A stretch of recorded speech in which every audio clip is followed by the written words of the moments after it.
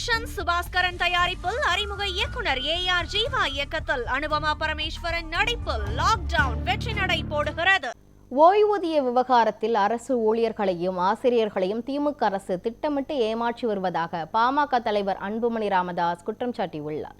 இது தொடர்பாக அவர் வெளியிட்டுள்ள அறிக்கையில், தமிழகத்தில் புதிதாக அறிவிக்கப்பட்ட உறுதியளிக்கப்பட்ட ஓய்வூதிய திட்டம் நடைமுறைக்கு வந்துவிட்டதாக அரசு அறிவித்த நிலையில், ஜனவரி மாதத்துடன் ஓய்வு பெற்ற சுமார் 5000 அரசு ஊழியர்களில் புதிய திட்டப்படி ஓய்வூதியம் பெற தகுதியானவர்களுக்கு அதற்கான ஆணை எதுவும் வழங்கப்படவில்லை என்று கூறியுள்ளார்.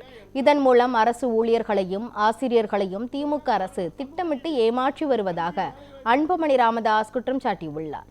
திமுக அரசு அறிவித்துள்ள உறுதியளிக்கப்பட்ட ஓய்வூதிய திட்டத்தின் வாயிலாக கிடைக்கும் பயன்கள் மிக குறைவு என கூறியுள்ள அன்புமணி ராமதாஸ், ஆனால் இந்த திட்டத்தை கூட செயல்படுத்தாமல் அரசு ஊழியர்களையும் ஆசிரியர்களையும் திமுக அரசு எவ்வாறு ஏமாற்றுகிறது என்பதிலிருந்தே அதன் மோசடித்தனத்தை அளவிட முடியும் என்று சாடியுள்ளார்.